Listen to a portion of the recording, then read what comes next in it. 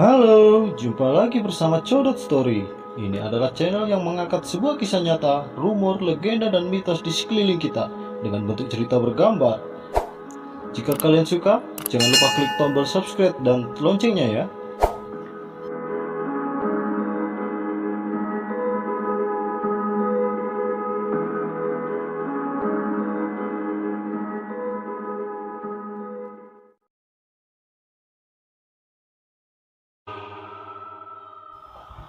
Ini adalah kisah saya beberapa tahun yang lalu, ketika saya masih tergabung pada sebuah komunitas pecinta alam di Jawa Timur.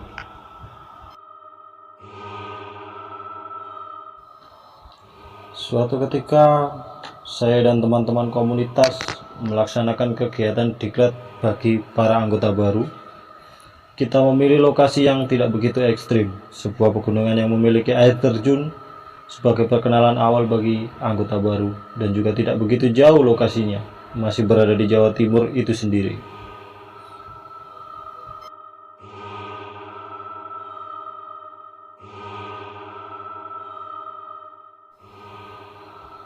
"500 meter dari air terjun tersebut terdapat lapang luas yang ditumbuhi pohon-pohon pinus. Tempat inilah biasanya yang dipakai para pengunjung untuk outbound dan kegiatan lain. Dan kami pun memutuskan mendirikan tenda di tempat tersebut, dan tempat itu pula lah nanti kita akan beraktivitas dan beragenda.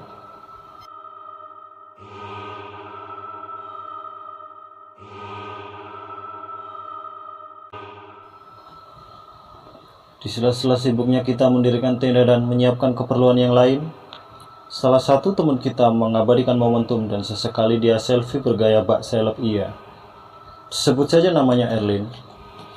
Di waktu luangnya dia acap kali pindah-pindah tempat demi mendapatkan spot foto yang bagus. Teman kita satu ini memang sedikit berbeda gayanya. Yang Mbak Putri Belanda sepertinya sedikit kurang cocok untuk menjadi seorang adventure.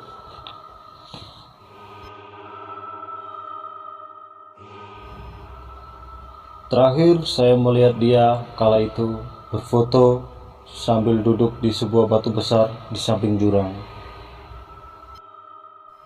Aku pun menghiraukannya kala itu, karena masih banyak sekali pekerjaan yang harus dilakukan.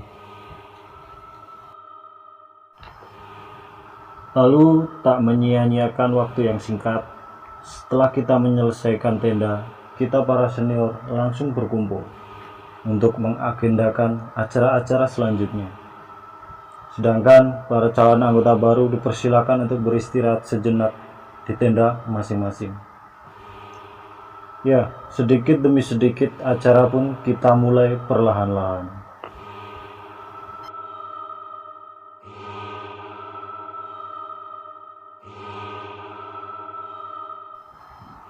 Setelah beberapa acara terlaksana, saya pun baru sadar, sepertinya ada yang kurang.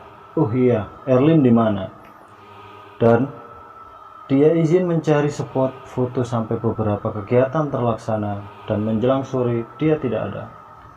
Lalu sebagian teman tiba-tiba sambil nyeletuk, "Erlin mah jangan kaget mas, dia kan anak manja, lagian rumahnya deket sini kok, mungkin dia pulang." Di sini aku baru tahu ternyata tempat tinggal Erlin dekat dengan lokasi kegiatan saat itu. Singkat cerita, di hari kedua kegiatan malam, para senior dibagi menjadi 7 pos, dan saya ada di pos kelima bersama satu teman saya dengan ditemani penerangan seadanya.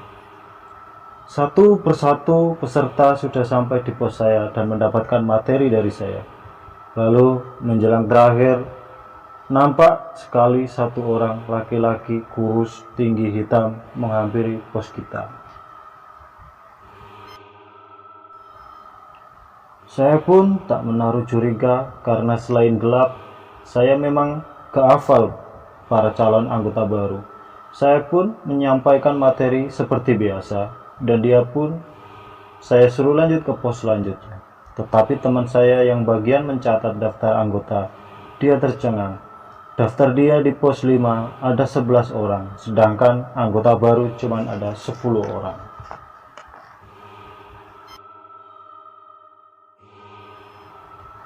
Kegiatan demi kegiatan kita lalui Dan setelah kejadian malam itu, tidak ada kejadian apa-apa lagi. Sampai menjelang hari terakhir kita. Dan ketika hari terakhir, kita prepare untuk pulang. Di tengah-tengah perjalanan, seperti ada suara perempuan memanggil. Dan suara itu tidak asing di telinga kita. Ya, yang manggil itu si Erlin. Yang membuat kita semua bingung, dia berkata, "Loh, kalian mau kemana? Kita kan baru sampai, masa udah berkemas? Memangnya gak dapat tempat untuk mendirikan tenda," ucapnya. Sontak semua tercengang. Kemudian ketua kita menghampiri si Erlin dan menenangkannya. Kemudian si Erlin pun terdiam dan semua terpaku bingung. Percaya tidak percaya, Erlin melihat kita mundar-mandir dan kita tak melihatnya. Lalu kita sudah melalui 3 hari 2 malam dan bagi Erlin cuma 5 menit. Ya, itu adalah secuil kisah dari pengalaman pribadi para pendaki. Jika kalian ingin cerita yang lain, terus dukung channel ini untuk berkembang dengan klik like, subscribe, dan loncengnya. Sampai jumpa kembali bersama saya, Codot Story.